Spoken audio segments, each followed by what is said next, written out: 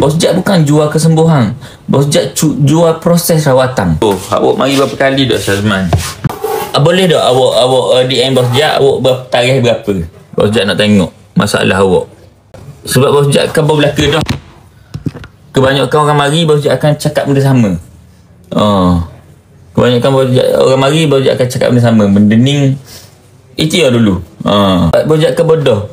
Mari sebelum terlambat. Jadi kalau awak mari dalam keadaan awak terlambat dah, kita hanya boleh ikhtiar je.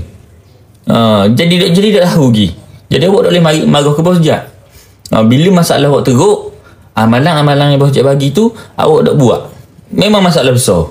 Jadi awak tak salah ke Bos Jack. Sebab sekarang ni rawatan Bos Jack ada dua, dengan Bos Jack dan di rumah.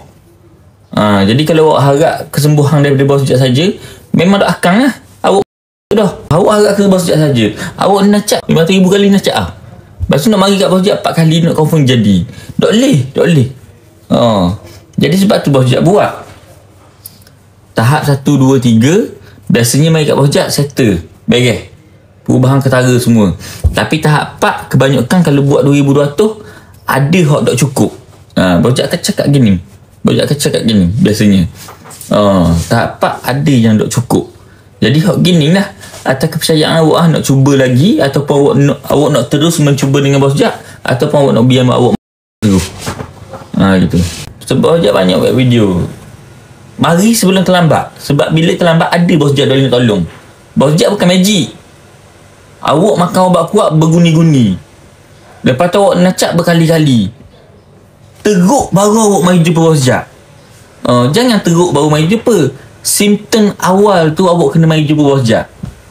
Ni barang tak naik terus. Barang bermasalah. Pasal awak pula degil. Bos Jack bagi amalan awak tak buat. Bos Jack bagi jamu awak tak makan. Awak tak percaya. Jadi macam mana Bos Jack nak tolong? Doktor tolong. Kena faham awak tu. Konsep rawatan kena faham dulu. Awak pergi yang mana-mana pun. Bila keadaan awak teruk sangat dah, awak pergi mana-mana, pergi klinik sekali pun, habis 20,000, 30,000 dah akan jadi. Awak teruk. Awak buat rawatan Bos Jack hanya dengan 2,200 awak nak confirm jadi. Awak nak beli kesembuhan. Tak boleh. Bos Jack bukan jual kesembuhan. Bos Jack jual proses rawatan.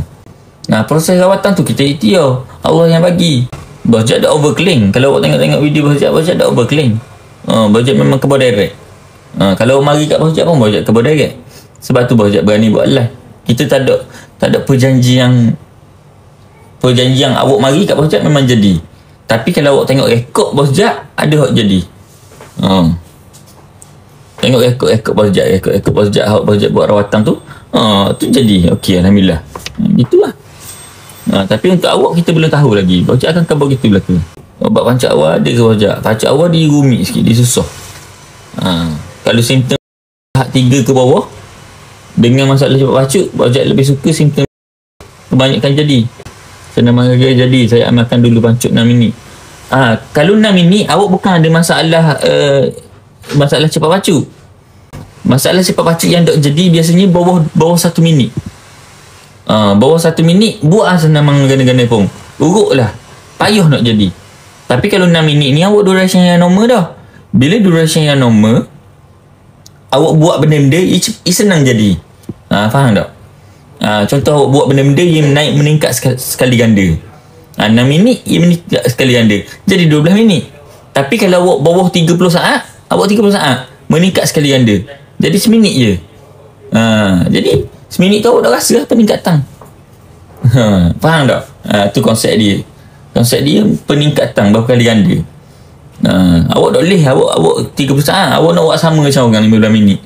Sedangkan orang hot 15 minit tu sebelum ni dia 6 minit 7 minit dah. Dia tak sama. Konsep tu kena faham betul-betul. Sebelum buat rawatan tu kena faham betul-betul apa yang perlu, apa yang tak perlu.